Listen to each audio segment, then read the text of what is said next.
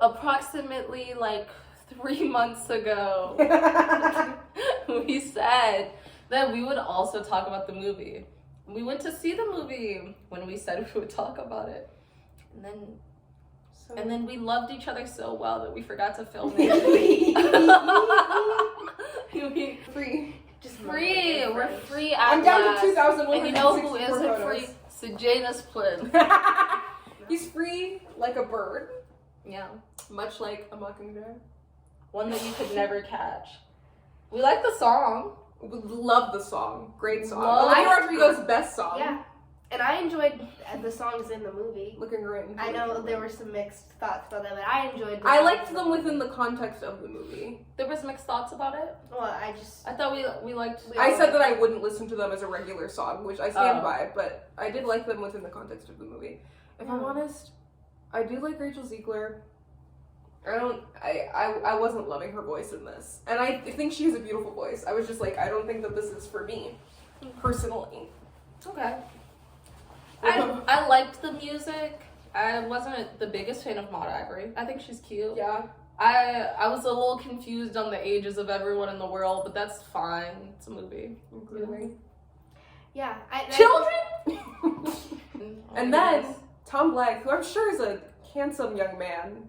A bad look in the movie. I was not enjoying that energy at all. I was really it was a blonde. He wasn't really enjoyed it. The blonde was like not consistent throughout the movie. Yeah. And even when it was like all the way done, it still looked like it wasn't all the way. It never looked believably like that was the hair growing out of his head. Hunter Schafer looked wonderful. I was like, that's the hair growing out of Hunter Schafer's head. And then I saw Tom Blyth and I was like, interesting that you're starving to death, but you've decided that bleach is an important component of your lifestyle. But that is so correlated. I feel like so this is much more important than food. I thought he was very, very pretty.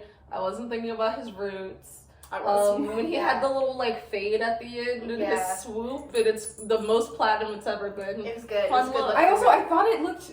They talk so much about his curls in the book, constantly his beautiful curls, and I was like, unfortunately, Tom Blyth is not serving beautiful curls right now, but he looked pretty good when he was shaved head blonde. That was a good look. Oh yeah, when he was shaved head blonde. When he was a fucker. peacekeeper. Yeah. This is not about the movie. No. Okay, so let's structure this. Could we do first everybody's general opinion, and then we'll get deeper into it? So what was your general... I can go first. I thought it was... I remember enjoying it. I also remember thinking that they didn't really get, I thought, like, the main themes that I really liked in the book. But I thought it was an enjoyable movie, and I think for people who did not read the book, I think the movie did what it was supposed to do. Yeah, because Samir really enjoyed it. Yeah. Our additional friend. We didn't say our names this time. It's okay. I'm sorry. Our 25 followers know who we are. They know that's Samir. Intimately who we are. It is. She loved the movie. What's up? Hi. We're podcasting. Oh, I love the movie. I thought it was great. I didn't like the blonde guy. The main guy? The bad guy? Well, you're not supposed to like him. I know, but like everyone was like, "Oh, he's so attractive." I agree. I didn't think he looked that good. I was like, Tom Blyth is like perfectly lovely looking man, but this is not the look for him. I thought he was giving a little bit lesbian workwear, a little bit too much when he was in the woods. Ooh. I liked Lucy Gray's dress at the beginning. I thought she was serving. I think she was bordering on a bit manic pixie, but I think that was. You're getting too deep. We have to. It's too early for this. No, that was good. Sorry, Your silence. I was like, I liked Lucy Gray, a little bit manic pixie. I think I would have liked the movie more if I saw the beginning of it. I forgot we did miss the first 10 minutes. 2 seconds. Yeah, but that was like context. That No, was, like, it's not much. Oh. It's like the whole. It stays with him in that context for a while. Yeah. I like It's not very Viola much context. Davis. She was the best part of it. Viola Davis was the best part. I really. My general opinion was, as I was watching it, I went, wow, we're really I don't know. The Hunger Games as movies, as a little trilogy, feels really like zoomed out, and the Ballad of Songbirds and Snakes is extremely zoomed in on just Coriolanus, which got a little tiring because I was like, I already know what's happening, but also we're going zoom in on Coriolanus, smash cut to zooming in on the person Coriolanus is with. smash cut to just them doing something, and then that Yeah. person, tragedy befalls them. I don't know, and which is fine.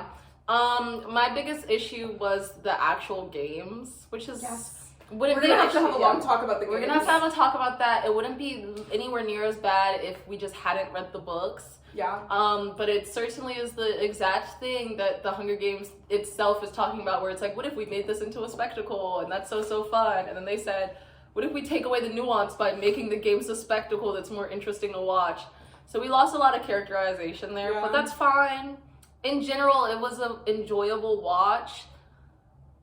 And I went there with friends. I love my friends. I love my friends. I didn't really like the movie. I think I had an enjoyable time because I love to go to a movie theater with my friends.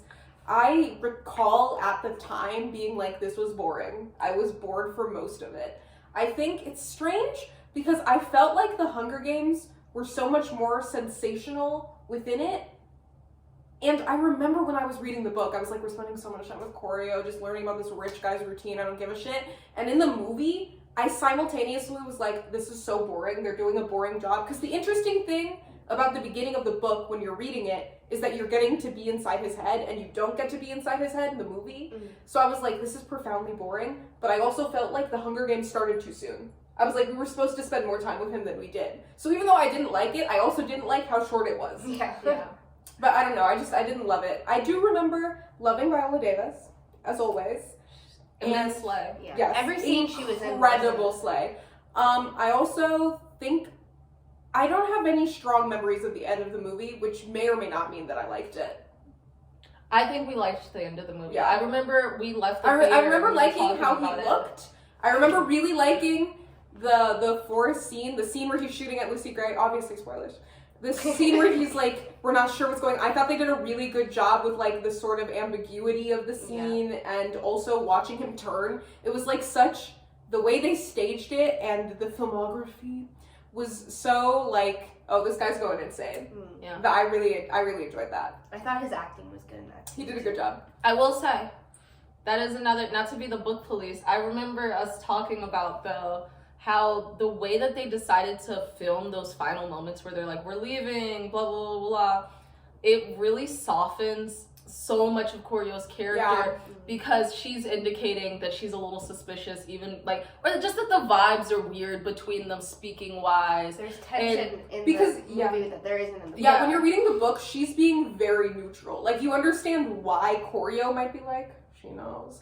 But you're like, this is an extremely neutral way for her to be acting. He's like, she's leaving and she doesn't want me to have the gun because she knows that I did it and she doesn't trust me. But logically, you can be like, no, she's just being a normal woman who's like, I don't need you to be like pointing a gun around.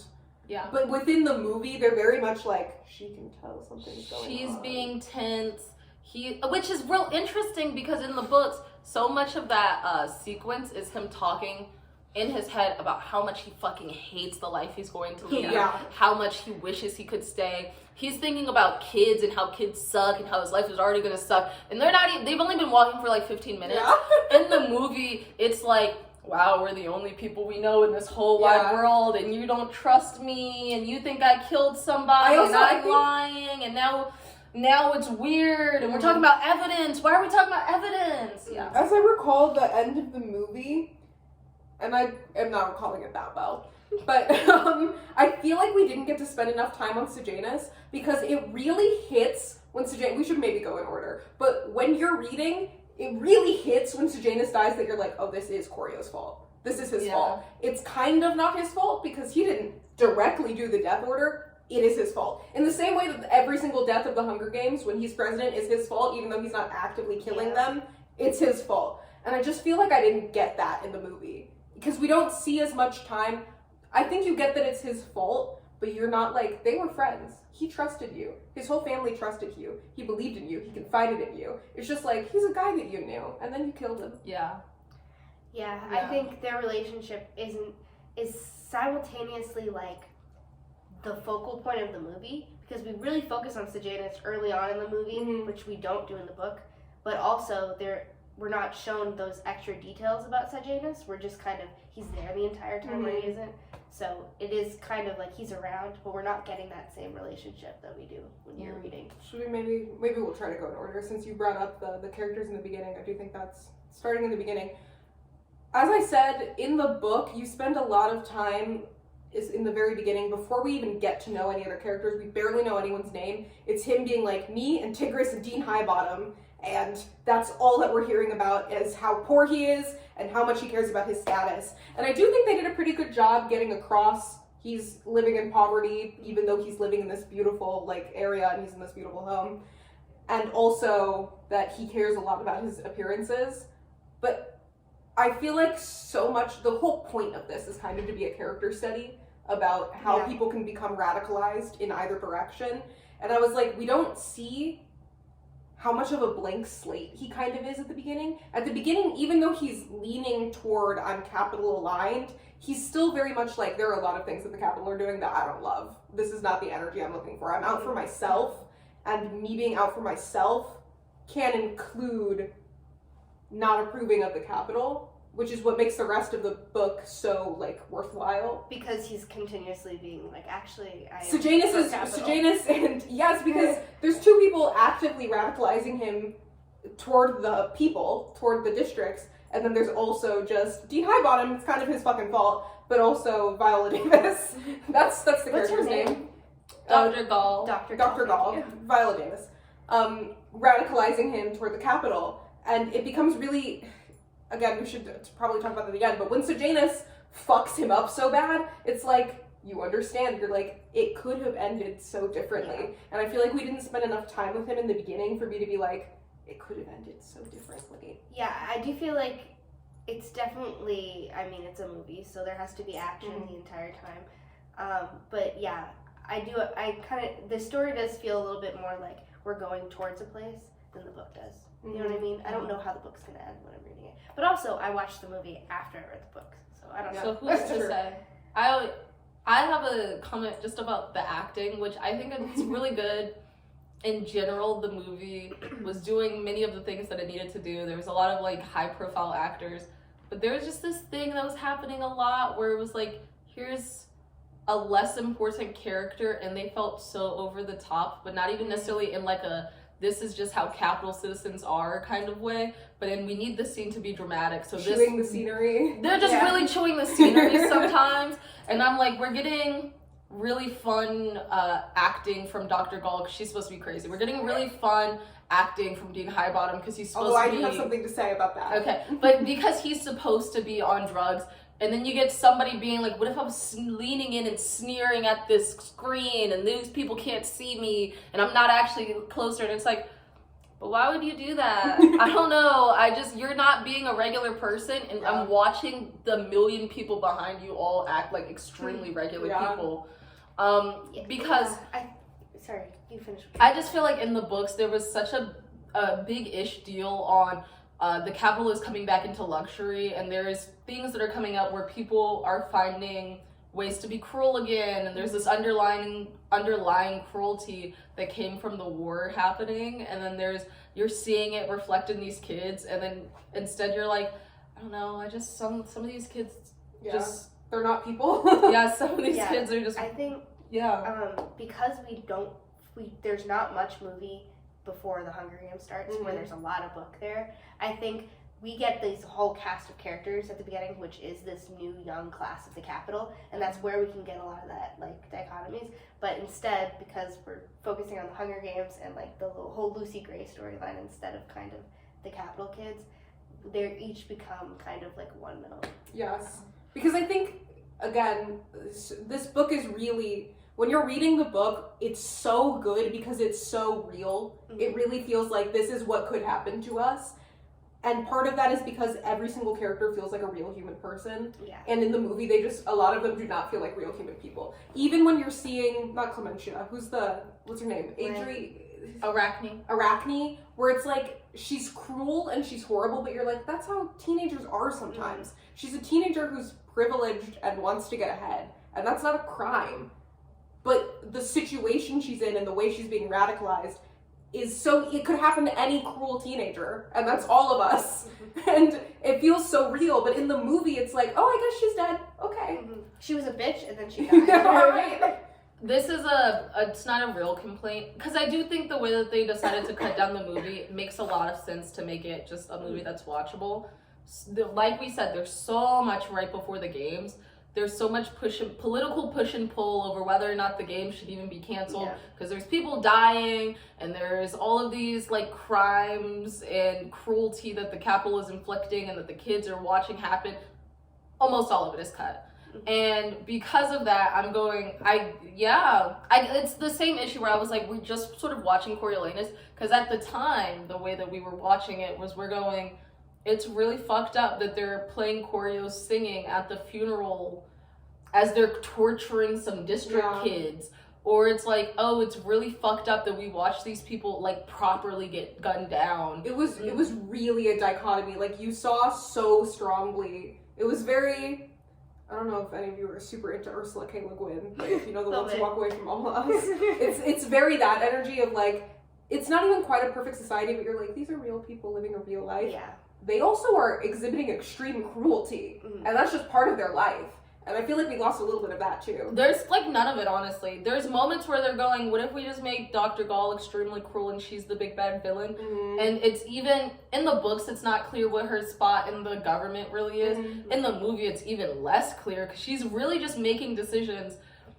And you don't see any sort of a big build-up. So especially because of the changes they make to the games, which I guess we're getting to relatively soon, the changes that they make in the games, it's like, what do you mean you just decided that flat everybody's about to die right now? And you did that by yourself, right? And there was no real build-up, and there's been no big dramatic, it's strange. I feel like, I mean, this kind of leads into that, but the whole, in the book and in the movie, her justification for doing the snakes into the arena is that kid, I can't remember his name, his death. But I remember when you're reading the book, it's the Capitol kid who dies. Oh, yeah. Because in the book, when you're reading it, you're like, oh, I feel badly that this Capitol kid just died. Because I remember, or is it the twin? No, the twins had died early. I don't know. The twins died earlier. But because you're like, oh, I feel bad for him, and also I feel bad for these children. In the movie, it's like he got probably maybe one line about, he was very excited for the Hunger Games. Isn't he like the president's like nephew or some shit and like that? I feel like that wasn't true in the book. I feel like it was just some random guy. No, he was the president. He was always related to the president. Okay.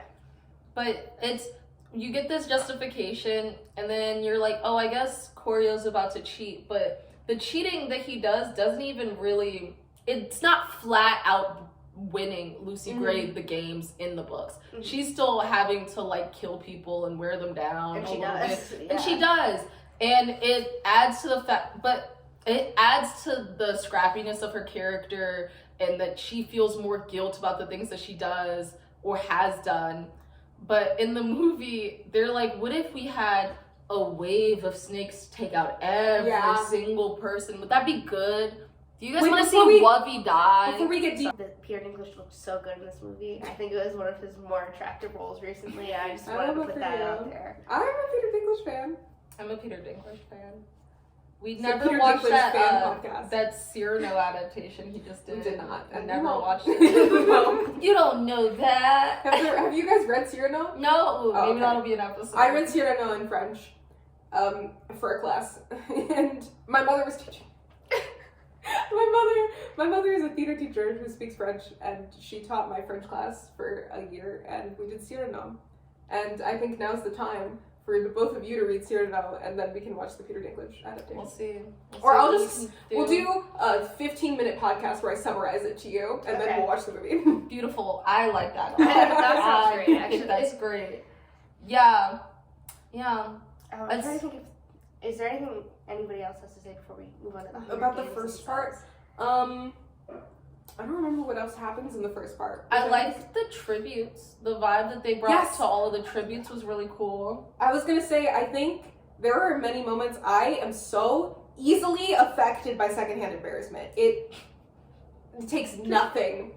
In Harry Potter, when Ginny is attracted to Harry, I could barely read it. That's the type of I can't deal with it that I'm at. And so I was having a lot of that with choreo at various points.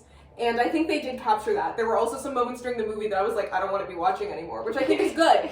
Yeah. Like when he's like going into the zoo with the tributes, I was like, I'm gonna throw up. Yeah. Yeah. I do think they did a very good job at showing us the tributes and the treatment they were getting in the. I mean, they didn't include everything. We don't get the cruelty that they were subjected with the funerals and all that stuff. What?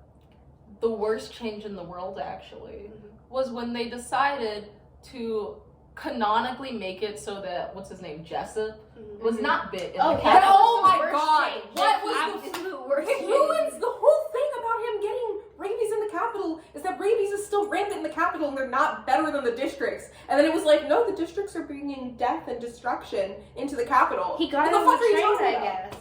It was And horrible. it's one of those things where I'm like, technically, you can choose to do a reading where this movie is aware of the existence of the book and is like, what if we spun this as the narrative that the capital is swinging, but also you did the thing. You can't be like, oh, what if we made it so that the games are a spectacle when you did turn the games into a spectacle and you took away so much of the autonomy, so much of the choices that people were making in the proper I need to talk about the game so desperately. I'm also, It's physically affecting the I game. think we get the characterization that we do not get for the capital students. I do think we get for the tributes. I will and also think say that's good. about the tributes, the thing I loved about the tributes is, when you watch the original Hunger Games, and this is a criticism that has been levied against it 1,000 times, something that is really explicitly about making a spectacle out of people, when you turn it into a movie, of course you're going to lose some of the point of the book. They did a really good job of casting people who look like people. They did a great job of having a lot of tributes that I was like, that's just some guy that I could see, and now he has to kill people. Yeah. It's often, it was like, and it, not even, they were like, this is a real child. Yes. Yeah. A real small child. In the like a original Hunger small Games, I was like, child. Rue's a Children. small child, Yeah. and everyone else is an adult. In this, I was like, a lot of you are children. Yeah, truly. So now we can talk about the game. Now we can talk about Now the we can talk about games. the games. I'm gonna, I don't know who did the stuff behind this movie. I'm going to murder them personally, though. This is a threat, and you should take it as one. Because why would you I wasn't listening. why would you take away one of the most impactful things, which is, one, that there isn't a bloodbath the second it starts, and that the first kill is a mercy killing. Francis Lawrence. I'm gonna kill you, Francis. Is he the guy who did the other Hunger Games? I think he is. Is he? I can find out. I'm going to kill him with my bare hands. Because why? Gary Ross. But he Why? did the first Hunger Games, and the rest were done by Francis Lawrence. I'm sorry. I'm gonna cut this out. You are correct. Okay.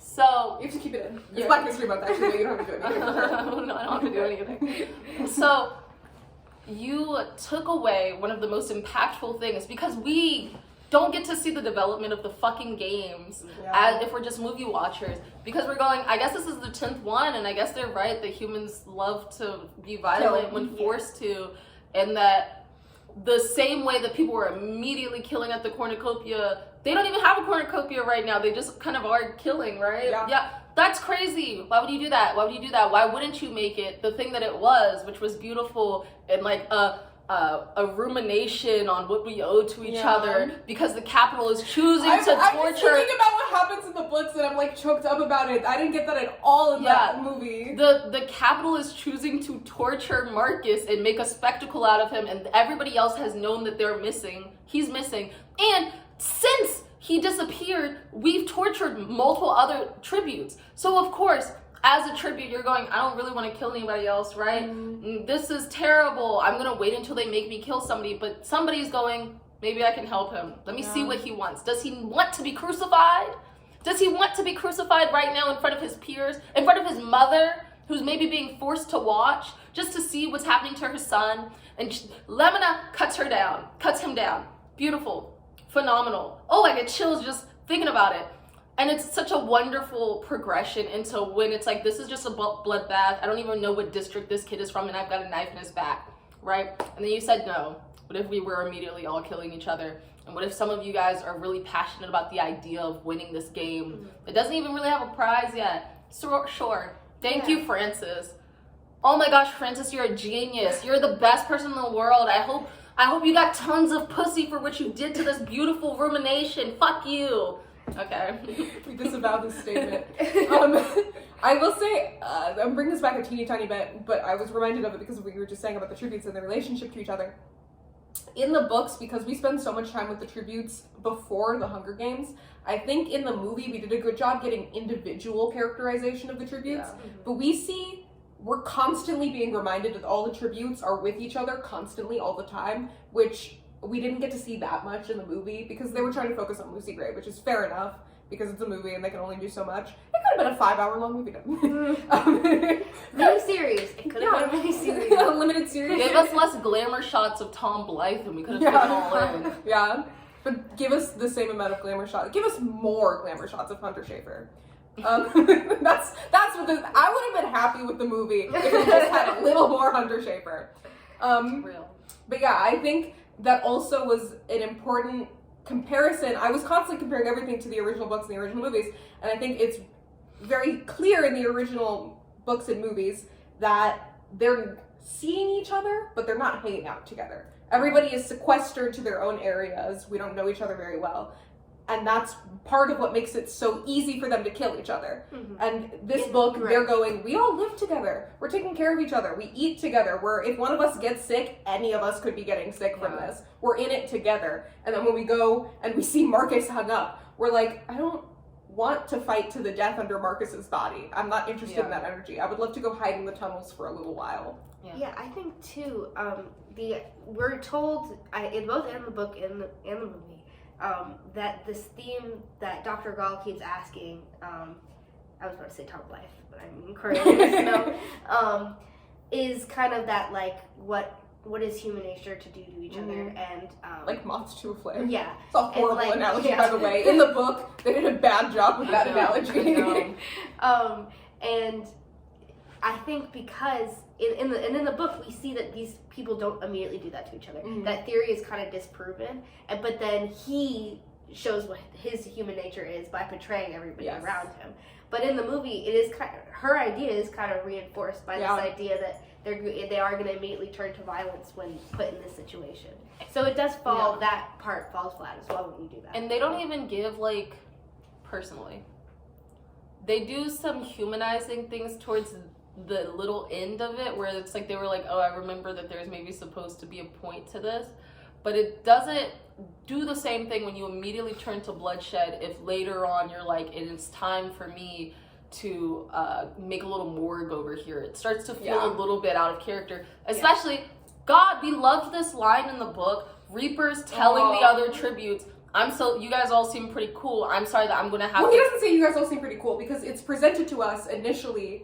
They go, Reaper is like losing his mind or something. He said, I'm sorry, I'm going to have to kill you. So we're meant to read it as like, oh, Reaper, his name is Reaper. He's bloodthirsty. And then we get into the arena and we're like, no, he meant literally, I don't want to have to kill you. This is not my choice. I don't want to be doing this. And we don't hear do we hear about him killing anybody? He might have killed like a guy. I don't know. But I don't think he ever does kill anybody. I don't think he kills anybody in the book. He just dies. Instead, though, what they do is they're like, what if we show him being extremely violent and specifically like lunging at Lucy Gray and then like everybody's trying to kill Lucy Gray as well. That's real interesting that you chose to do that. I think it's really interesting. It's also interesting to hear Samia call her a Manic Pixie Dream Girl because in the book you get a little bit of Manic Pixie Dream Girl, but what you're really getting is him forcing upon her Manic Pixie Dream Girl. Yeah. He's going, Lucy Gray is my girl. Lucy Gray is my cool district girl. She's the only cool girl in the world. And she's also not even from the district. She's special and she's not aligned with the district. And so you get this feeling that Lucy Gray is just some district kid that someone from the capital has decided is special. And in the movie, it is very much Lucy Gray is the coolest girl in the whole wide world. And you're like, okay, I believe that Rachel Ziegler is one of the coolest girls in the whole wide world. I don't know if that's the energy I was looking for. Yeah. Especially, I don't know. I feel like in the books... Is it Rachel Ziegler? I think it's... I don't know if it's Zegler or Ziegler. I'm not sure. Sorry to her if I'm saying her name wrong. I feel like you get a lot of instances in the book where you're aware that Lucy Gray is a member of the Covey, but also she surely believes that just the other tributes are certainly people, that she's got more in common with the other tributes than she does the Capitol, that she cares deeply for Jessup, and that they've got like not a thing going on that makes it sound strange. Like a close relationship. Yeah. Like that they've got a close relationship, and that in general... It's sort of a little brother-ish relationship. Yeah, a little brotherish, and that realistically she doesn't really think that she can win, or is necessarily going to even win, but in the movie, she's so set apart because of the way that the movie has to be, where it's like, wow, Jessup is this silent man who I know is going to get rabies and die later, but also you haven't given me much more to think about besides. We're hearing Lucy Gray loosely talk about how he's sick. We're seeing Lucy Gray be like, oh, he needs food. Also, we are seeing Lucy Gray go, I won't abandon him, but we're not seeing a lot of tenderness actually between them, or even him speaking for himself. So later on when, what's her name? Lysistrata is arguing with Flickerman, and he's like, oh, loyal like a dog. We're like, it's real bad. But it's like, in the books, you're like, no, he really was a thinking, feeling person, and they had this relationship, and he was a real man. And then this movie, you're like, he got rabies and he died. In this movie, you turned him into functionally a dog. I think also, this is not about Jessup, but it is about her main character thing and her relationship with Jessup. And no, not her relationship with Jessup. Her belief in her own ability to win. This is not necessarily a negative, it's just different. When you're reading the book and she's like, Corio, you can't give up on me, you have to believe in me, or I'm not going to be able to believe in me, and if you believe in me, I can win. You sort of take it as like I don't think I'm going to win, but I care about you and you care about me, and so we're both going to choose to hope that I'll live. But in the movie, because we're getting such main character Lucy Gray, and you're also, I don't know, people are being like, she's a winner. Yes, and he feels a little less human too. Everyone feels a little less human, which is just because you're not inside their head, which is not the fault of the movie makers, because that's what movies are like. But because of that, it feels a little more like her going, do something, keep me alive, than it does in the book, which is not necessarily negative, but it's a very different understanding of what their relationship is and what she's trying to get out of her life in the Capitol. Yeah. I didn't like the portrayal of the games even a little bit. I don't like what they did to Lamina, which, because they turn her. I don't even think it's officially the first kill in the movies, is it? I don't recall. Doesn't matter. I don't care. It's been so long. Because there's so many there's extra people at the movie games. Yeah, when we get in the fucking books, I think this is so funny. In the books, it's like there's like 13 of them left or something. Like there's been so many people. No, because there's less than half of them left. They're like, we're really running low. And in the movies, it's like, I don't know, we've maybe lost like 2 people, and it's because we had to shoot them. We've also I think there were also some outside deaths that happen inside, but still happen in the same or similar way that they happen outside. They're just like, it's inside now. Yeah. Which, I don't like it. Personally, don't like it at all. Think it's real bad. But, so now we're in the games, and it's like, well, what if we made the career pack feel so much more predatory? It's not just that, I guess, killing has begun, and we all kind of functionally know, like, this has been going on for a decade. We know loosely we're going to have to start killing people, but let me hold on to you and you hold on to me, because we're trying to, even though we know we're going to kill people, I need to know that somebody else is still human with me, even as I'm forcefully dehumanizing. It's a similar thing to where it's like Jessup and Lucy are like, this has to be my person, because I don't know what I'll do if I can't trust anyone. Reaper is like, I need to be able to take care of Dill.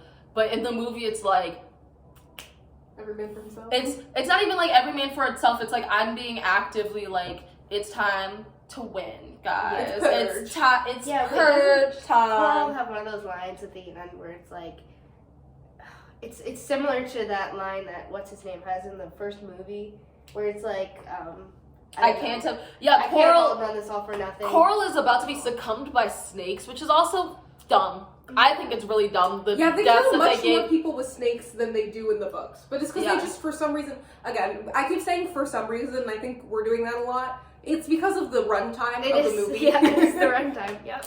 Yeah, but because the games are such a more interesting, complex thing, Mhm. and in the movie they're like, it's time for this to be over. So what if we make everybody be run over by snakes? And truly, people are kind of fighting it, but it's like, what's her name? Wubby gets knocked over by snakes. Reaper gets overcome by snakes. It feels overwhelming, which is also annoying because it's loosely implied in the books that Lucy could never. It's like, oh, she's not going to win this without the help of Koryo. But the things he's doing is just tipping the scale a little bit, and it's a lot of like she's actively still killing them. She's still got like her own stuff going on that's kind of helping keep her alive. But in the movie, it is like, no, simply you would have succumbed to these snakes and everybody would have just been fine with it. If you hadn't dropped that handkerchief, everyone would have died. Oh, my point was just that Coral goes, I can't have killed them all if I die like this. And she's speaking to Lucy, but just to the camera, because she's being overcome by snakes. She's not pleading with the fucking snakes. She's not even looking at the snakes. And she's not frantic in how she's saying it. It's like a moment of humanization after we took away all of your nuance. Yeah. And it's the worst thing in the world. Yeah. You were saying the games are much more interesting to you? Continue. I kind of have two things to say. Okay. Mine is a little bit backwards. I think that also two things that happen because they killed so many people in the games. One, because they go straight to bloodbath. When Koryo comes in to get Sejanus and they begin attacking him, it loses a little bit of its punch. Because in the book, it's like, they don't want to kill each other, but they know that you're their enemy. They know that it's your really fucking fault. Yeah. And in the movie, it's like they love to kill. Yeah. They love to kill. That's what it is. Yeah. Which is upsetting. And then also, it really decentralizes the capital's guilt and their hand in killing these people when they're all killing each other. Yeah. And it also makes it explicitly Dr. Gaulish when they're like, it's because of the snakes. When it's happening out in the world in the book, it's like a lot of this is the choice of other people in the capital. There are a lot of other people in the capital that are like, our first decision when we're in the zoo is to kill them. Dr. Gall isn't telling us to kill them. We know that our job is to kill them. Yeah. And there's many other points where you're like, it's not even Dr. Gall calling the shots right now. It's that the entire capital is very complicit in the way that these people are treated like they're less than people. But when they put them all in the arena and they're like, no, they just die in the arena. It's like, well, they're killing each other. It's not the capital's fault. They would have killed each other out in the districts anyway. Yeah. It's that thing where it's like, yeah, they decided that they wanted to make Dr. Gall kind of a supervillain, and everybody else. Supervillain is such a good word for it. Yeah, they decide to make her a supervillain, and yes, she's kind of supervillain-ish in the books, but you get the vibe in the books that she's a supervillain living in Gotham, where it's everybody's kind of a fucking villain and ghoulish, but in the movie, it's like, she's a supervillain in Washington, D.C. Yeah. she just is around. She's like, I took this normal society and I fucked it up. Yeah. But I think also, sorry, you're never gonna get to speak. Okay. In the books, Dr. Gall and the question she asked that creates the Hunger Games, you get the feeling that you're like, she's more fucked up than the rest of them, but she's weaponizing the society she already knows she lives in. She said, I knew if I asked these students, how do we punish the people who did this to you, they were gonna come up with some fuck shit like the Hunger Games. I knew it. And also, you're right that she's a lot more ambiguous about what her job is. It's also a lot more ambiguous because of that, how she got there. When we're in the books, you really get the feeling that you're like, no, the people propped her up. The people love her. The people, they're scared of her, but they're also like, she's doing the right thing. She's got the right idea. She knows what needs to be done. Yeah. In the movie, it's a little bit like Dr. Gall appeared and we all cowered, and now she has started killing people. Especially with the vibe, there's so few fucking actual characters who are doing anything in the movie, but you really get the vibe that nobody's ever been, like, that everybody's generally, like, I don't know, this feels kind of freakish, I don't know about this, and that there's nobody, like, with any kind of agency about it. Like, we meet scientists who work under her. We see scientists skittish in the books being like, I don't know, my job's kind of like weird. We're watching like how teachers are dancing around everyone. And in the movie, it's like, oh, she fucked she fucked her up with the snake real bad. Yeah, she did the hell And that's I guess. what I was going to talk Oh about. my God. Yay! Because I enjoyed the movie, and I could be like, okay, I understand they're doing this all for runtime and everything. Gosh, what they did to Clemencia's character hurt me so bad. It hurt me so You bad. were a big Clemencia fan when we were reading. Yeah, and it's just, they made her an evil bitch the entire time, who then gets bitten by a snake after putting her hand in, knowing the snakes are probably going to bite her. Yeah. And then she didn't even get That's that true. moment That during was the game. something that was so annoying, is that in the books, she has really no idea the cruelty that's about to be inflicted on her. Yeah, she's watched other people Yes. reach in and it's fine. She's like, I know that these are snakes, but this is my homework. Let me get my homework. In the movie, it's like, put your fucking hand in there. Put your hand in there. And I will slowly explain that Yes. this is an extremely as you're lowering venomous, your and hand yet in, I'll they explain are to you. specifically Yes. going to fuck with you and not him. Yes. And I didn't even have him stick his Yeah. hand in first. Yeah. It was just, it's interesting because they had to keep her on as a character, as a capital character who we were going to see a lot of, but they just made her so one note. I don't even, does he visit her in the hospital? Does in she the get movie? scales in the movie? No. No. Neither Wow, should any of that's those things. And crazy. she doesn't have that moment during the games where she has that panic attack.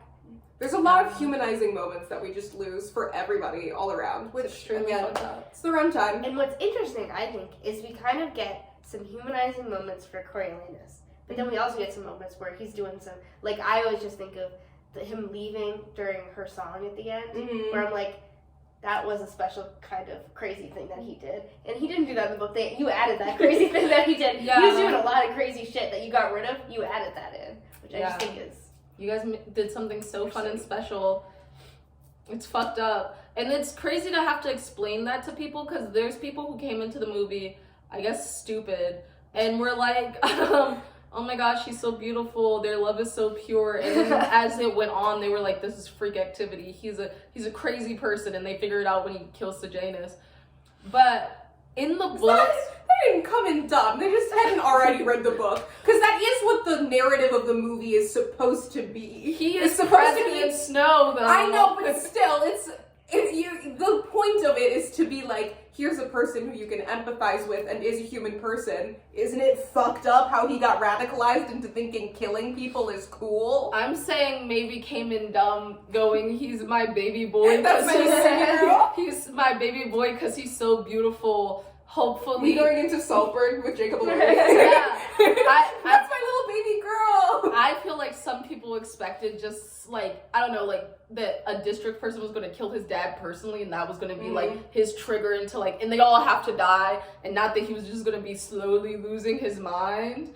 I think you were dumb. I think you were dumb if you were looking for like one of those like, I don't know, like a Marvel movie reason where you're like, I can't believe you fired me from my job.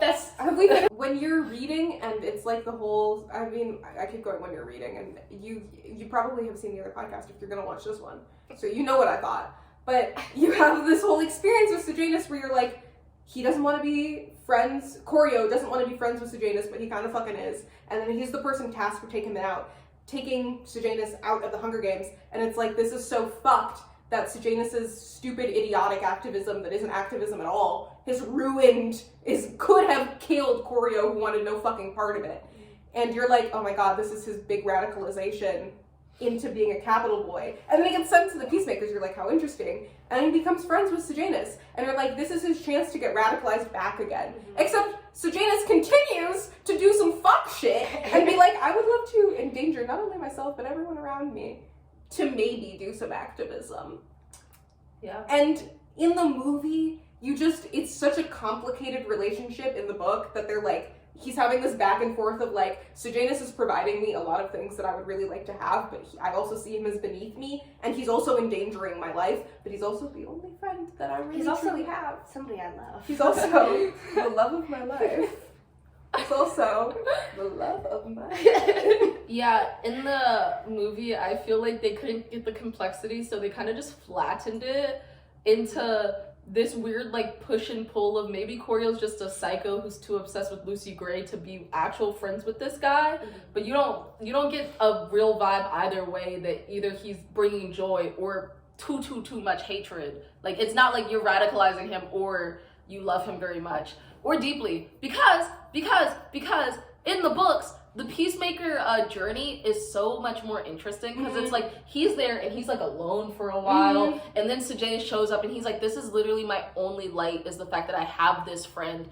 And it's also Sejanus knows that he went to 12, but Sejanus didn't make like a choice of going to the Peacekeepers. Oh, in the books he didn't choose to go to the Peacekeepers. Are you sure? I think his dad.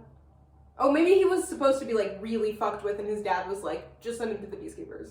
I think so, because I think in the movies they go, why would I want to even be there anymore? And it's the most whiny baby thing in the world, I believe. That is whiny baby. I can't remember if he does it. He's also whiny baby in the book. I know I can read it.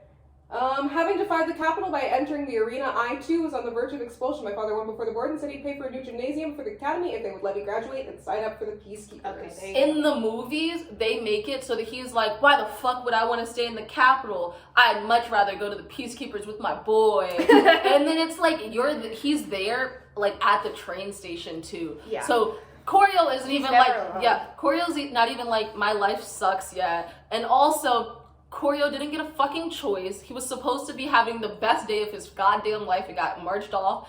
And this whiny rich boy said, I hate the luxury that you just had to give up. I'd rather be there with you. Also, I don't recall if he tells Corio that the only reason he graduates is because Sejanus specifically requests it. But that's like such a hugely important part of their relationship to be like, I really owe you everything. Yeah. Because when he gets there again, he gets to ruminate alone, and he thinks he has not graduated. He thinks he has nothing. He's like, no education. He's like, he's disgraced. I have no education, no prospects. Because I'm scared. He's like, even if I spent the 20 years, I would come out with no education, and everybody would have been like, it's really weird that you dropped out after you won. I'm sure something weird and terrible has happened. And Sejanus shows up, and it's like, already our lives are better and nicer because we're together, and you've got this wonderful mom who's making us food. But also, it's like, if I ever found a way out, I now have a degree. I can say that I just had family shit, or that I needed to take a tour of the country. I needed to go heal myself with sea air or some shit like that. Coal mining air. Coal-filled air. And you really get that vibe. And then in the movie, they kind of just make it so that there's this like whiny back and forth. And it's the worst, actually. It is the worst thing. Because you're not seeing like any of the benefits of Sejanus actually being there. Because Corio's never been alone. He's never been sad like that. And you're not in his fucking head. And you're like, oh, this sucks so bad. But Sejanus is the one who reminds him about Lucy Gray. But it's like, you were gonna figure that shit out anyway. You weren't. This is again about the limitations of the medium of film. But I also felt like the limitations of the medium. I also felt that we didn't get enough rumination on how much Corio fucking hates the Mockingjays. Because that was really an important part of the third part where we're going, he hates the Mockingjays because they remind him, number one, of when somebody dies and it's the Capitol's fault, we know about it forever because the Mockingjays are repeating it. They're a symbol of the Capitol that is no longer controlled by the Capitol. And that's what scares him so fucking much. And we just don't get enough time to really have a moment with that, which is not the movie's fault because it just is a movie. But I feel like I keep being like limitations of the medium in other places, and about the runtime, I will say there's nothing they could really do about that, like, seriously, unless they're trying to make Oppenheimer. But I loved the end scene with the gun so much. You could have done so much more stuff like that. Yeah, I don't know what that difference was, because I don't know. Well, I think they really, so much of this movie is filmed so well, so cleanly, so much of the set is so beautiful, so much of the costuming is so intricate, and they do a lot of interesting set dressing, which is beneficial. I think the actual filming of everything extremely boring. I don't think there were a few moments, like, when we first meet Dean Highbottom, I remember being like, I like this. It was the way he was presented to us, and I remember, I can't even remember exactly what it was, but I just remember being like, this was good. Mm-hmm. And there are a few moments, and that's early on, that I was like, this is a good representation. We understand the way Koryo feels about him through the way he's being filmed right now. Clearly, this is meant to represent to us that Koryo is like, this guy is ruining my entire fucking life. And I think with the gun scene, they also do it interesting, because there's just so much more going on. Like, they've got, like, the birds. I think everything's kind of shaking. They're switching through perspectives. And that is the only scene like that. I think the games, they also did some of that shaky perspective stuff. But the game sucked anyway, so they wanted to make me like the shit that they did in there. But I think in general, keeping more of the things, there's a lot of things that they kept, but not true to how they happen in the book. Yeah. If you kept the Clemencia scene the way that it happened in the book, even if you're like, we don't want to ruminate on her character anymore, perfect. You're reinforcing that Dr. Gall is a monster without being like, what if Clemencia was dumb as hell? You're watching the, like, catch-22 that sometimes is this dance with the capital, because for all intents and purposes, Clemencia was just doing what she was told to. Yeah, I mean, that's so weird. Why? Like, there is no reason to make, sorry, this is my Clemencia. Yeah. There's no reason to make her a bitch, because it would make Gall look crazier if they killed him, if she hurt the nice one. Because especially with Clemencia, if you're like, I don't want to ruminate on her character, what is interesting about Clemencia's character is the dichotomy of, I'm a bitch because I'm a teenager who wants to get ahead, and I'm also really suffering. I'm going through a lot. From the very beginning, the reason she doesn't do the homework is because she's like, our friend just died. I was really I'm having an experience about our friend who just died. And the way she was like, I'm upset about the games too, because she cared about Reaper as kind of like a person, and then suddenly didn't anymore. Yes. So I think, but it's all about that experience of, like, she's a multifaceted human being who's both like, I'm a bitch, but I'm a bitch because I'm going through something. If you wanted to be like, we have to reduce her to one note, you should have reduced her to her suffering. You should have been like, she should have been like, Koryo, I can't do the homework because I'm so sad. And then he could have been like, I did the homework, and she would have been like, oh. I'm so sad. I'm sorry that I didn't help you. It would have been better if he had been like, I guess I can put your name on it as the second name. Mm-hmm. And then it had been his fault. Number one, would have been a better experience for us to get to know him. And also it would have made her a more interesting character for us to be like, she didn't do the homework, she did lie, she's complicit in this lie. But she also is not like, she's not trying to be an asshole about it. She's just like, I've been put into this situation. Right. Because I feel like it's almost like a comeuppance in the movie when she gets bit. Absolutely, because she's upset at him when she finds out that he did it in the movie. I also want to say, though, another instance that I have off the top of my head. This is still about Clemencia. I think also the comeuppance thing, when you're reading it in the book, it aligns him so directly with Dr. Gall for it to be a comeuppance to her, where he's like, I'm fucked up about this, but I also am like, I guess Dr. Gall, he's still very wishy-washy about Dr. Gall, where he's like, this is really fucked, but I survived. Mm-hmm. And in the movie, because it feels like a real comeuppance for her, you're like, I guess he just is Dr. Gall's little boy. Mm-hmm. I guess he's Dr. Gall's perfect little baby boy, because they're so in tune right now. Yeah. He wants her to do bad because she's being an asshole, and Dr. Gall is looking out for him. And in the book you go, Dr. Gall is looking out for him, but she's also fucking insane, and she's not really someone you want looking out for you, because you don't know what she's gonna do, you don't know when she's gonna turn. In the movie you're like, oh, she's looking out for her little pet, her little angel, she's taking care of him. Especially, they have her stitch him up later too. Yes. I don't think we needed, but not my point. It happens in the books, it does happen in the book. But it just feels so different in the movie. It feels really different to be like, she's a super villain, but also it's time to really stitch him up. When you're already doing other shit to be like, what if they were closely aligned? I don't like it. It's not my favorite thing. I feel like they also changed how the Arachne scene happened a little bit. Only just the way that things are surrounding. Because I know that Lucy Gray doesn't puke. Why take away the puke? The puke could add so much to just show how appalled she was at this happening. Not to say that you needed to make it extremely graphic, but I feel like people do puke without it being graphic all the time. Yeah, well, I was also talking about the the death and the murders. Oh, okay. I guess because that too. I feel like the way already the zoo, I had imagined it differently, but that's not a big deal. The way that the vibe is going, I think Lucy Gray and Coriolanus are having a little bit of a conversation, and you can just sort of hear that Arachne is fucking around with the girl in the background, and then it's like, oh, things are getting crazy. But because of how they do it, you're not like... And it's not her knife. It's not her knife. It's a glass. Yeah, I don't like that. I feel like if they had decided to do it more similar to how it was in the book, where it's like we're actually felt like I don't really think they're talking at the time. I think they're kind of just focusing on it's like she maybe shouldn't be doing that. I don't know. They're just sharing food, and then he's like, they're also sharing food, but she's doing it in a real She's doing it weird. She's doing something over there. You can even do like a setting shot of everything that's kind of happening, and you're like, oh, this feels like a really different vibe, and she's got the fucking pearl tip knife, because it being a pearl tip knife that she takes from her tormentor's hand and slits the throat. Really, she doesn't cool even and take it from her interesting. hand. I think she does like that. Exceptionally cool, Yeah. exceptionally fucking cool, whatever it actually is. But instead being like, I don't know, we're kind of chattering and there's just sort of shit happening in a fucking bottle. Pew! Yeah. One, it reinforces the idea that tributes are violent, because if you weren't really catching that that she was getting fucked with, because there was other shit going on that was like distracting, you're like, wow, I guess tributes just are violent.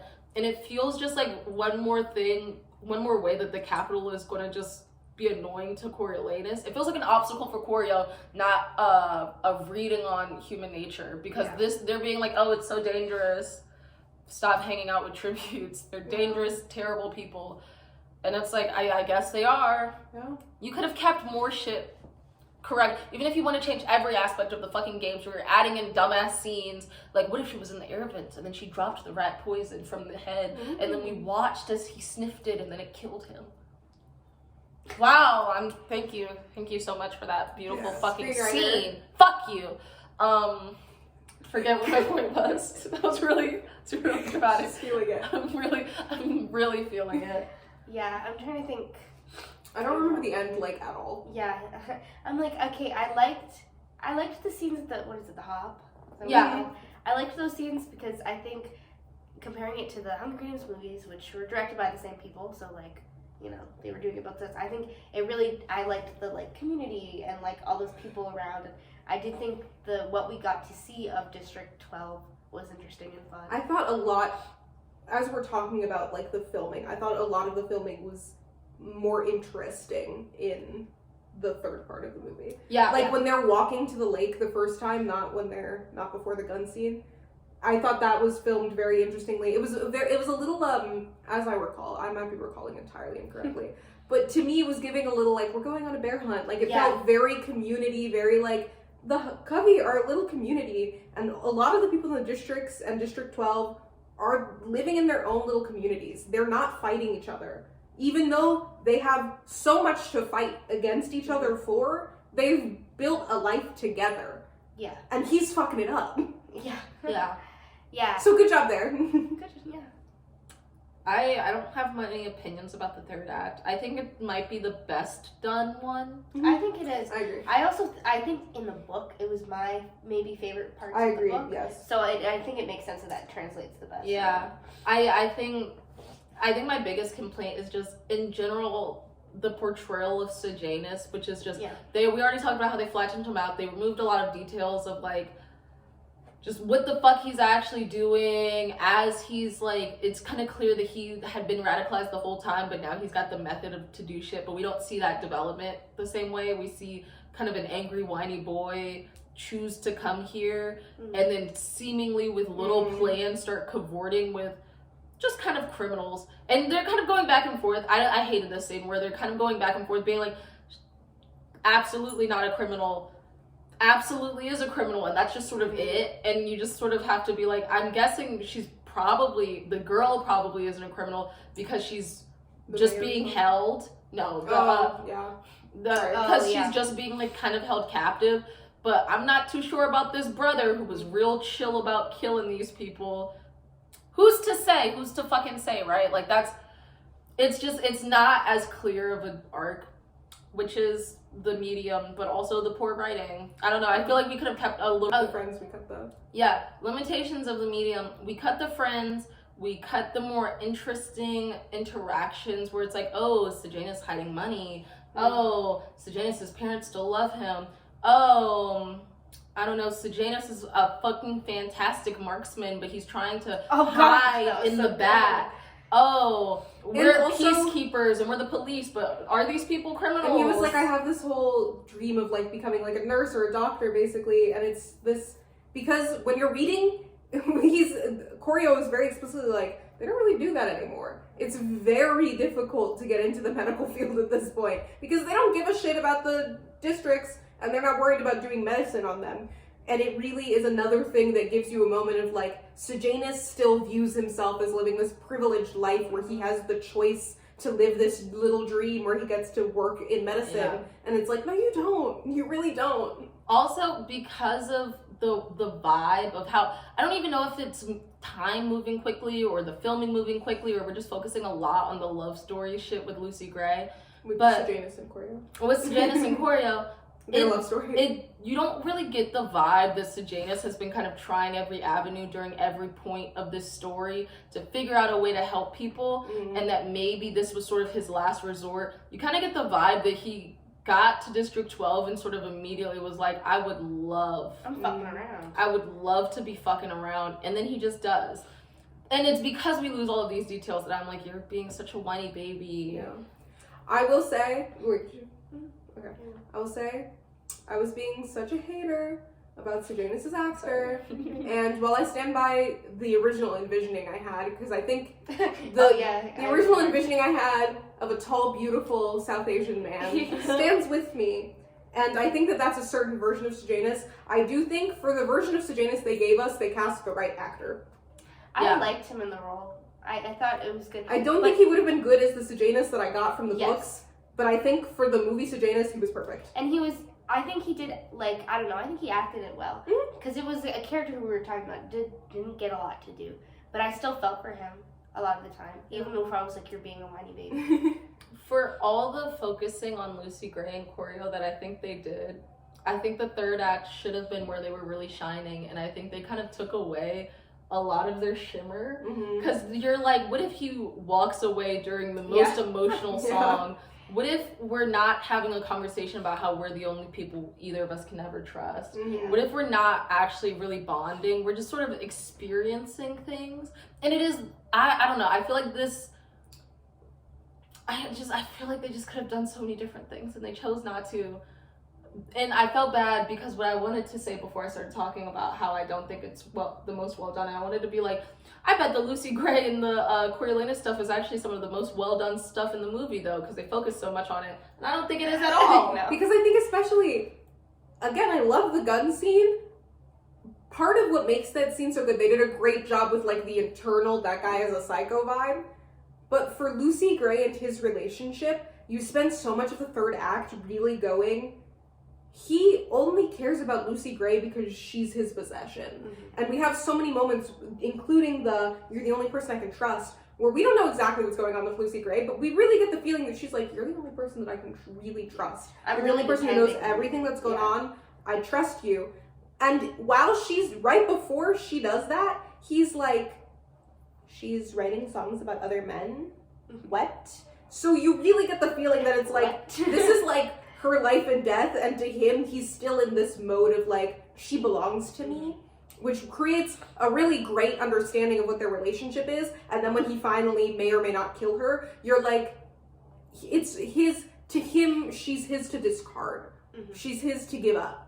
And it really is an important aspect of their relationship and the way he views his relationship with everyone in the world around him, and you don't get that because you just don't get as many moments. It's constant. When you read the book, it is constant through the third act that we're like, she belongs to me. I can't believe she would ever have another friend. I can't believe she would ever even consider looking at another man. This song is not written as a future song. Is it written about her ex-boyfriend?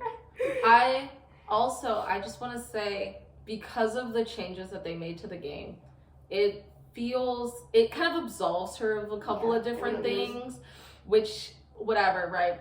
but because of the way that they decide to portray the games, where they're like these clearly, in the books, very few cameras in the fucking arenas, where like they're looking at very little shit because there's not cameras in the tunnels. And so that's a big aspect, is they're like, this is much more boring because we can't see all this shit. In the movies, they go out of their way to be like, there's cameras everywhere, and so we can see everything she's ever doing. So the implication now becomes, there's a pretty good chance that her family or people in the district kind of knew of what she was doing, and that this isn't just something that she's like hiding from, like that she could very easily intentionally hide from. When she's like, oh, I wasn't really doing all that much, you're like, I guess people are just accepting that answer. That feels weird in the movie, that she's just sort of announcing that, and then it's like you don't get the vibe that the Covey actually doesn't know any of what's going on with her, or that Koryo's the only person she feels like she can really trust. You get the vibe that she does have an extremely rich community and she was doing perfectly fine without him, which of course she was, but you also get the vibe that somebody knows that she's killed people. Somebody knows the shit that she did. Somebody knows about the fucking rabies because it was all so well televised, you know? But I don't know. I think they had a chance to do something in this movie that they didn't do in the rest of the Hunger Games because you're writing it from Katniss's perspective. But we get to see in the book a lot of characters who we're rooting for, or who are fully fleshed humans, and there are some redeeming qualities to do super cruel and horrible things and kill people in cold blood. And I guess we see Katniss do that a little bit, but all of it seems so justified when we're watching the Hunger Games. And in the Hunger Games, anybody who sees from the Capitol is very like dehumanized and predatory. Right. So like we're not seeing but that makes sense for what that is. We're at that point in the universe, future, yeah.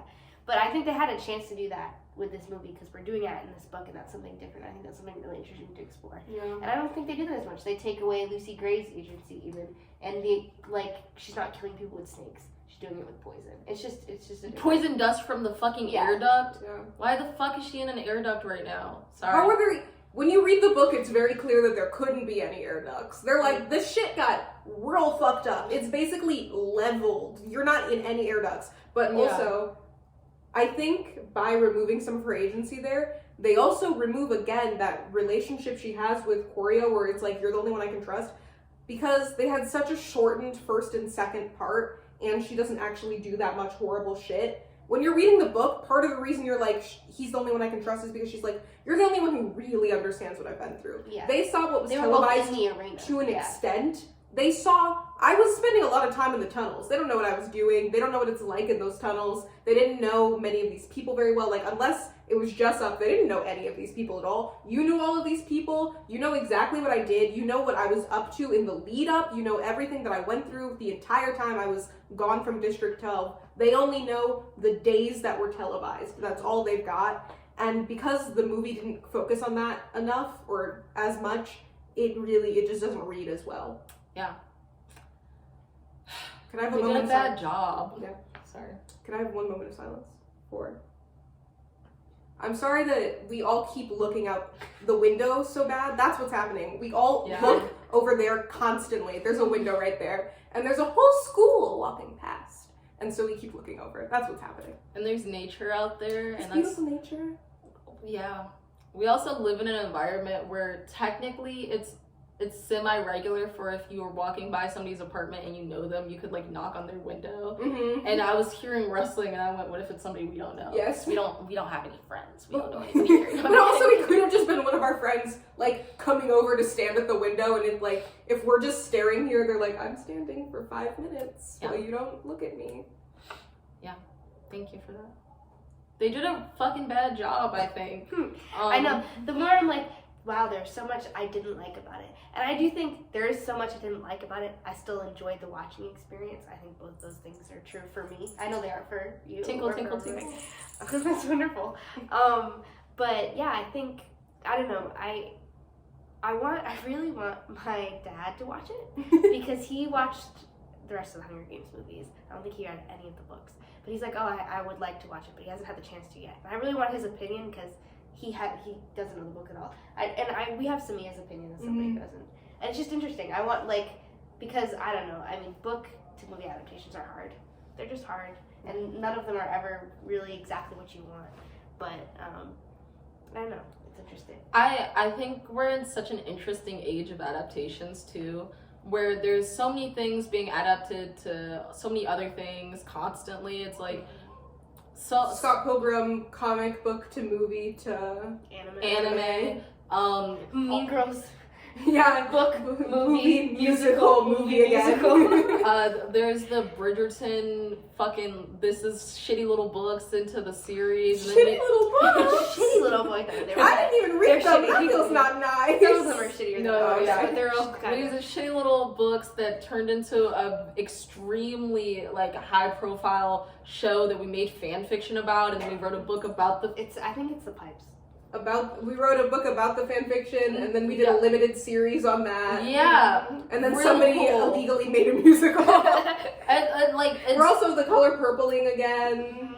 We got a lot. But what is that? That's book to movie. Book to movie that's to the same musical to movie. Wow, that's musical. nobody's talking about how that's the same thing as Mean Girls. Yeah. Wow. If The Color Purple is as bad as the Mean Girls movie musical, I'm gonna start killing people. I don't think. I think the movie is good. It No, the has not cast made looks money. really great. It has not made money. The songs are also really well done, and they do really interesting things with the.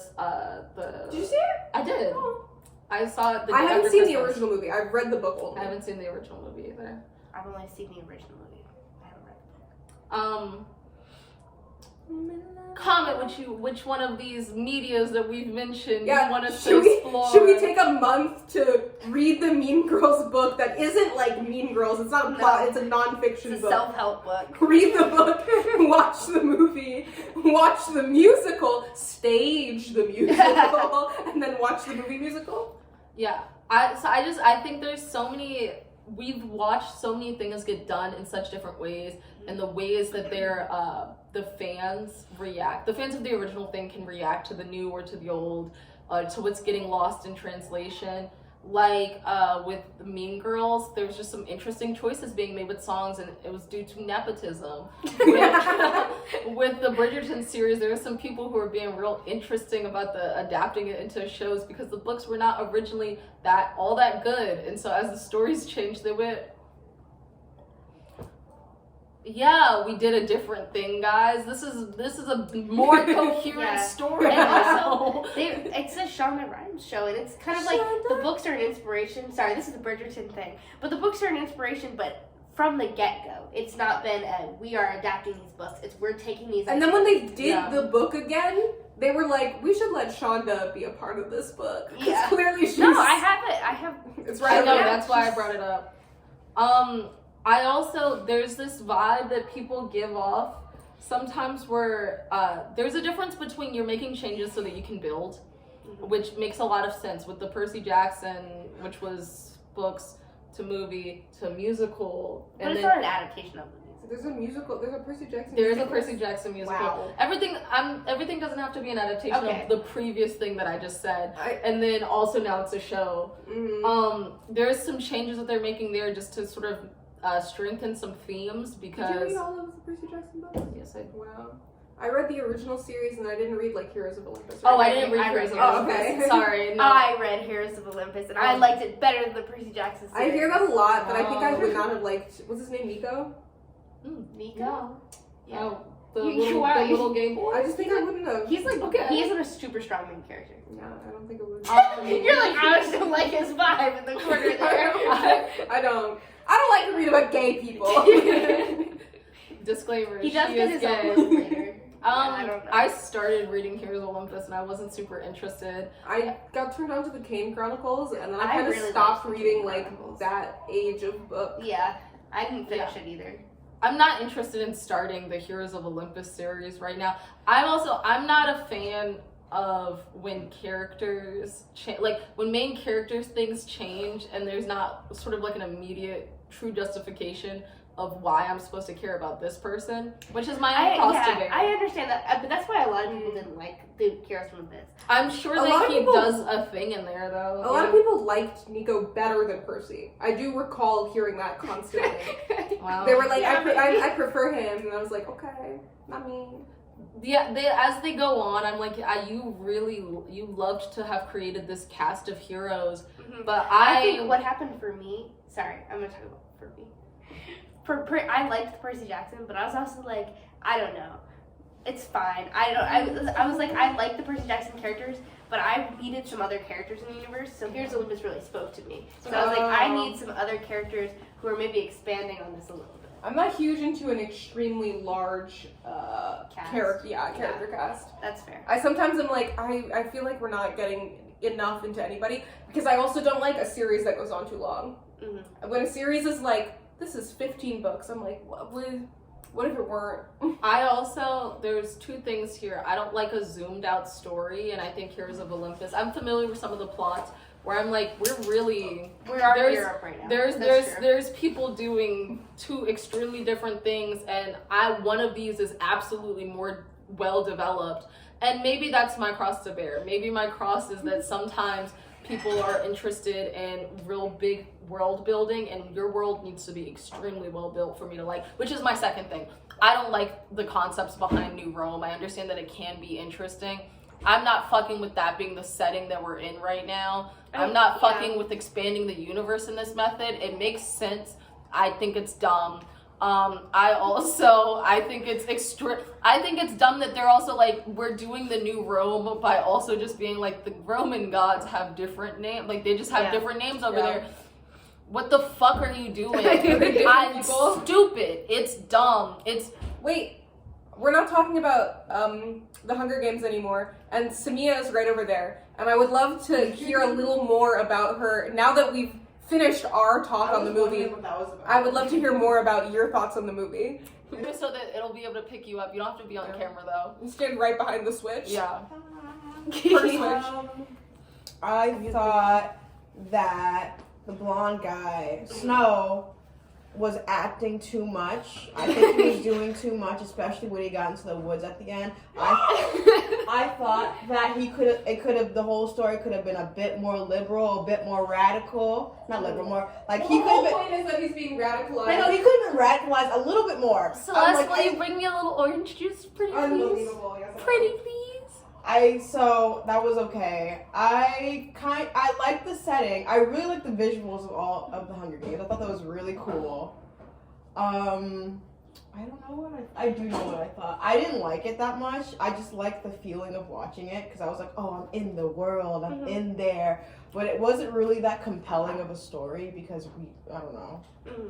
I think Lucy Gray was a really compelling character, but it was kind of dimmed by the blonde guy. What's his name? Coriolanus. No.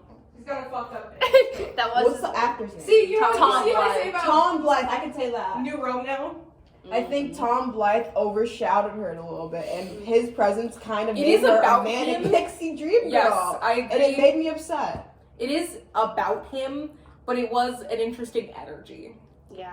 I think I thought he looked slay as a lesbian. Okay. So That's your film expert this opinion. is my Appreciate it. To What was be- your review on Letterboxd? It was something stupid. I should probably change it. It was something like, he looks really good like that. I take it back. I take it back. You're like, I was caught up. If I were to go back and redo it, I was caught up in the lesbianism of it all. I would say 6 out of 10. Could have been radicalized more. Did like Lucy Gray singing. Okay. I did like her a lot. She was like a little Snow White. I wonder why I'm saying that. I liked her. I liked her voice. It was nice. I will say, I think in general, the way that the movie is set up, it could be better if there was anything it was technically building to, but since it's a prequel, I think they needed to have done a better job. But I think in theory it was an enjoyable watch just because I know people enjoyed it. I think my opinion was also kind of skewed because I heard you guys talking about this book before Yeah. and watched it.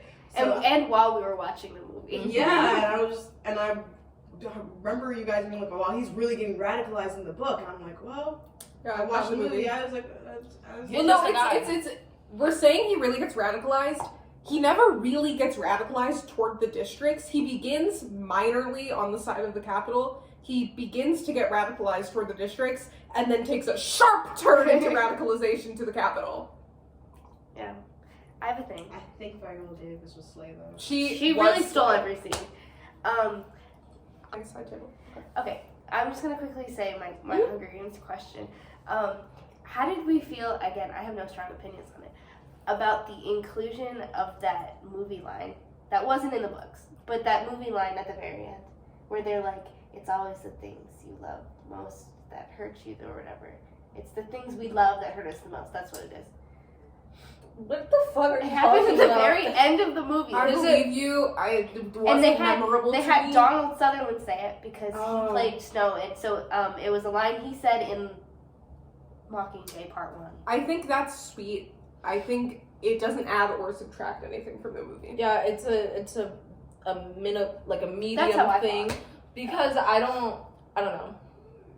If we had thought that the book was mid, and then any of these changes had made any sort of a positive effect, even a little bit, I don't think I'd be this down. But because I know that Suzanne Collins is a good writer and that she did in fact write a good book, I used to be a fucking hater of this book. I didn't think that before I was reading it.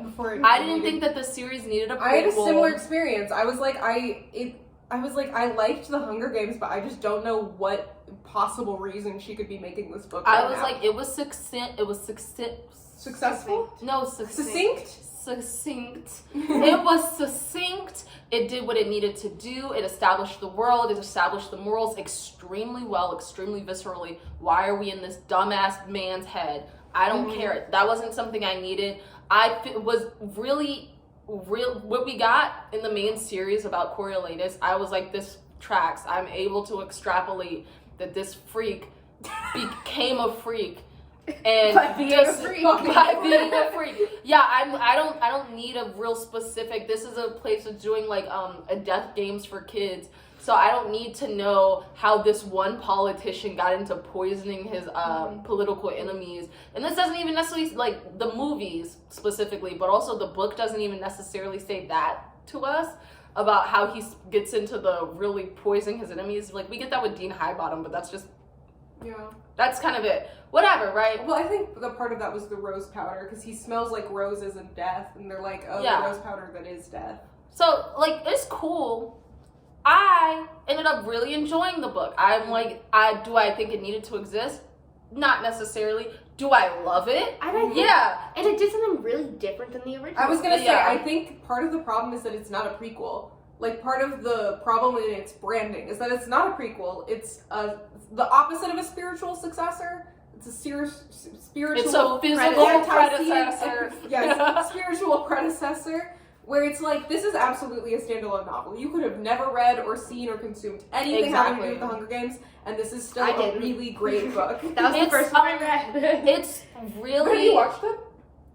it's Oh, wow. really, really, truly a fucking character study. Yeah. Which is lovely. This movie is And not it's a a character character study of men who really exist. Men who really exist and the things that they do to real life women.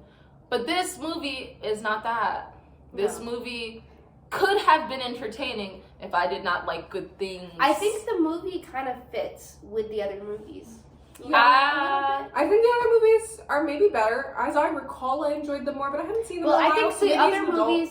So I just rewatched all of them and reread them all when we were doing this. And I think the other books in the other movies, I think the movies are able to stay a little bit more truthful to the themes of the book and could just cut out those smaller things than in this one, because I think this one had a lot of stuff in it. Yeah. I don't know what this movie could have added to that trilogy. I understand what the book added to that trilogy of books. I don't understand what this movie is adding to that trilogy of movies. Yeah. No, I think that's a good point. I think just- especially yeah. because, sorry, No, go. I think especially because, as I said, the common criticism of those movies is just so much of this is about turning real life people into a spectacle, and then you hire Jennifer Lawrence, who's beautiful, and you hire not Josh Peter Mellor, Hutcherson. Josh Hutcherson.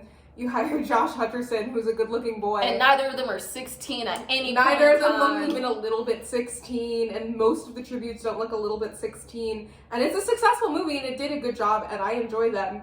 But I think because this book is so the Hunger Games were already so much about that commodification of people and the dehumanization of people, but this book was even more like, and this is how we get there. This isn't just a reflection of our society. I want you to know this is what the path is, that to remove any elements of the theme of commodification of people because you want to hire Rachel Zegler, who is profoundly beautiful, is difficult. It's very difficult to make it something that's as worthwhile as any of the books or even as the original trilogy of movies. Especially,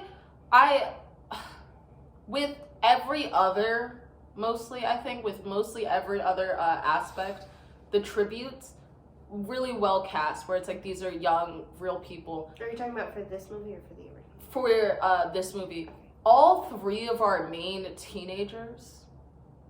You're so old. Are you including Tigris as our other main teenager? No, I was talking about Sejanus. I think Sejanus, Rachel Zegler, I think and Tom Blyth all could look like a 19-year-old. I think they're meant to be 17, 18, but I was like, I believe that you could be an old teenager. I thought I think he did a good way. He had a youthfulness about him. Yes, he has a But pretty soft, like, I facial personally structure. think Rachel Zegler looked very young.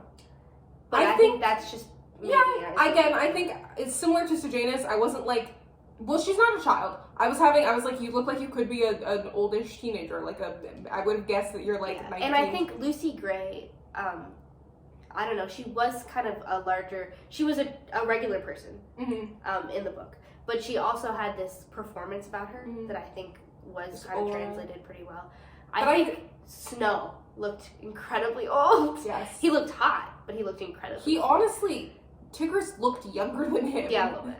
I think everybody probably could have been aged down a little bit, just already because Tigris they was the right age and everybody else could have been a little. Yeah, I think Tigris was fine, but I also, just because I know that the sort of styling and the makeup that they already were putting on them was going to be aging people. I was like, we didn't need to cast people who were already kind of a little bit older, but also I know that they were really emphasizing the talent that these people were supposed to have, which is fair. But you didn't. I don't know. I think I'm always like, oh, we can never have kids that look that young doing this kind of thing. And then I saw the Percy Jackson show, and I was like, those kids are babies. I was looking it up. They're only like 14. Like they were born in 2009. Yeah. That's when babies are born. Grover's my sister's age.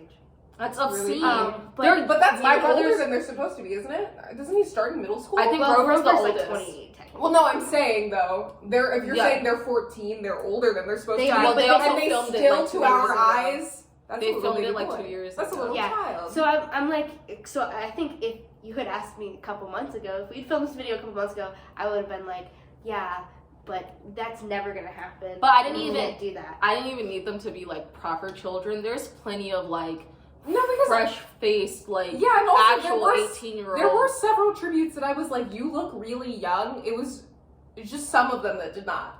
Yeah, and I don't know. I think Reaper looked a little bit old. Reaper looked a little Reaper old, looked and very old, and, and like, I felt Jessa. similarly about Marcus. Marcus, I was like, how are you still in the? It was Your name should interesting be too done. because then they had them compared to these people who looked so young.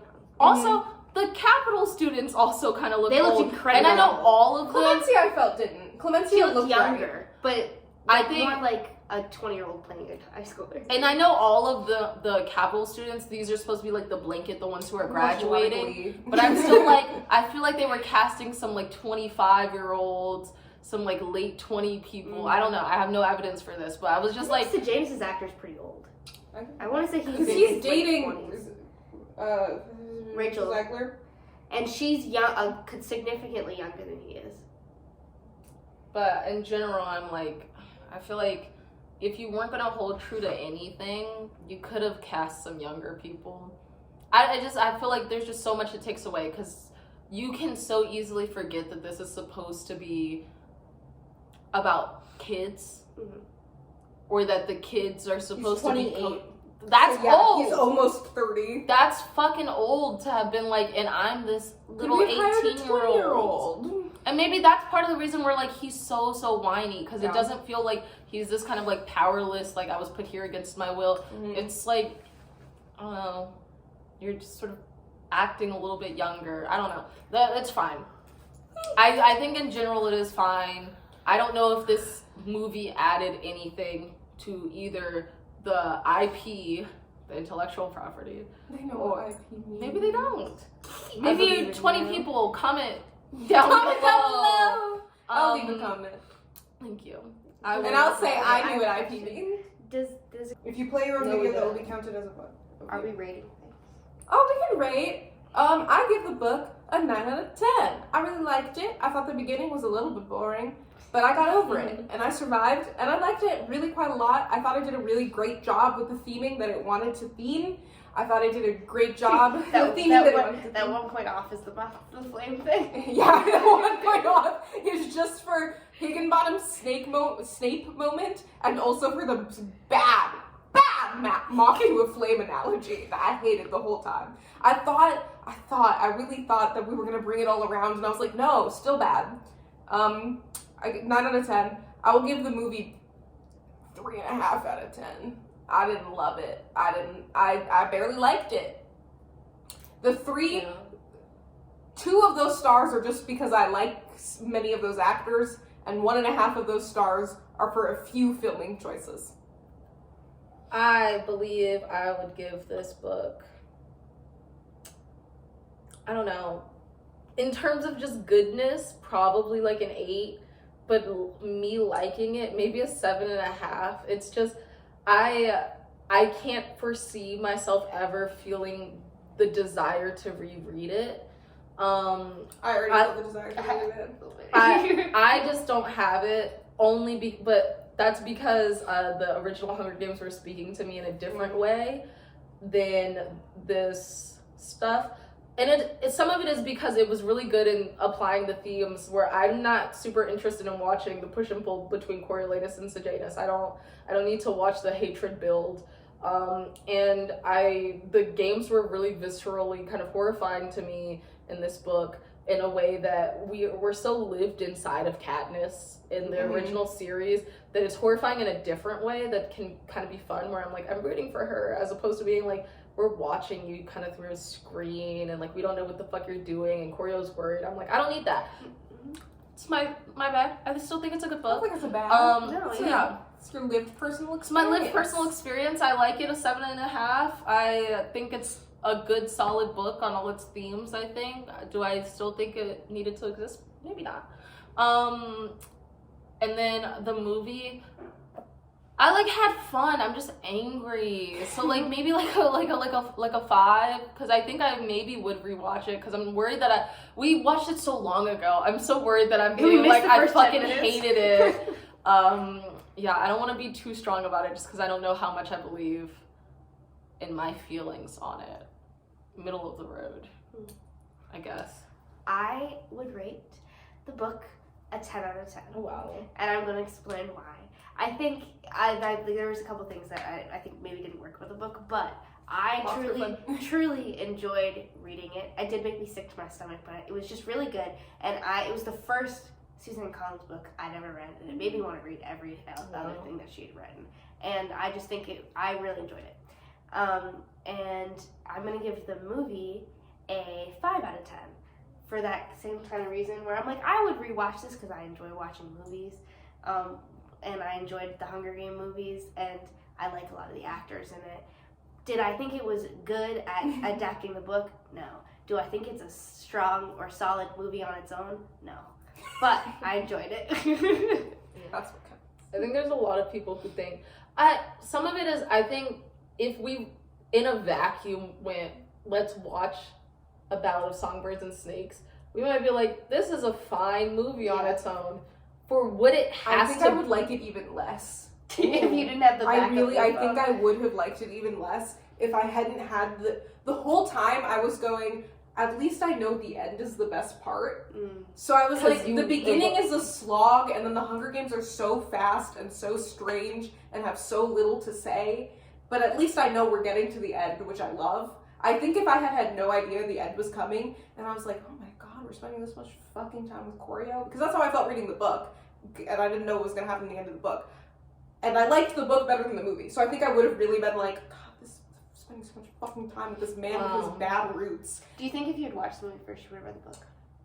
Probably not.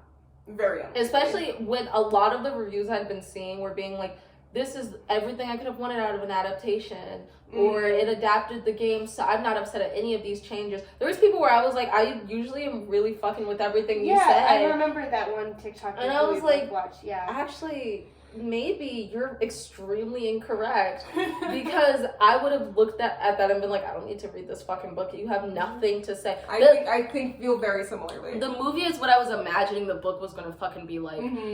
Because I was like, why are we going back in time if the games are gonna be the same? Why are we going back in time if Koryo's gonna be the same dickhead in the exact same way? What the fuck is going on here? Blah blah blah blah blah. But instead they had something really cool and interesting to say. So maybe I don't know that I would like it better if it was a standalone movie. I'm trying not to call the people who like the movies dumb, but I think that they are. I think people are very rarely dumb for liking their certain piece of media. I think it did not appeal to me in any way, shape, or form. I don't. But I think you're right that to really love this movie, you have to not be thinking about it too critically. That's what I'm like. I feel like you didn't engage with the series, and you don't want to engage critically with the movie, and you don't want to think about what the movie could possibly even be saying. You just want to watch a man turn bad. It's like the people who are like, what if I love the Joker in the Joker, the movie. The Joker. The I wish Arthur Dent was my man. Yeah, they're just like, that's sort of the vibe that they're looking for in life, and I guess perhaps. Tune in next time when we watch the Joker. No. Hopefully nothing ever takes us this long to get the follow-up ever again. I mean, to be fair, we had a break. Yeah. We had a winter There will break. be other breaks. There's a spring break coming, there's a summer break. It's short. Break after break. Break after break. Break every chain. Break after break. Never. Break the chain, and if you don't love me now, I don't. I don't. I I really don't. I will never love you again. Yeah. But yeah, we should really be able to churn out the content and become a fucking cash cow like Suzanne Collins. That was a joke. I don't mean that at all. Suzanne, you're wonderful. We love Susie. Tell me exactly I've what your become a fan. oversight I'm a was big on this Suzanne movie. fan. I need you to explain to me what your oversight was on this movie. Did you have creative control, Suzanne? Was this a choice that you were making, Suzanne? Thank you for This is a watching reviewing situation. the greatest podcast in the whole wide world, or at least on this campus. Yeah. Bye.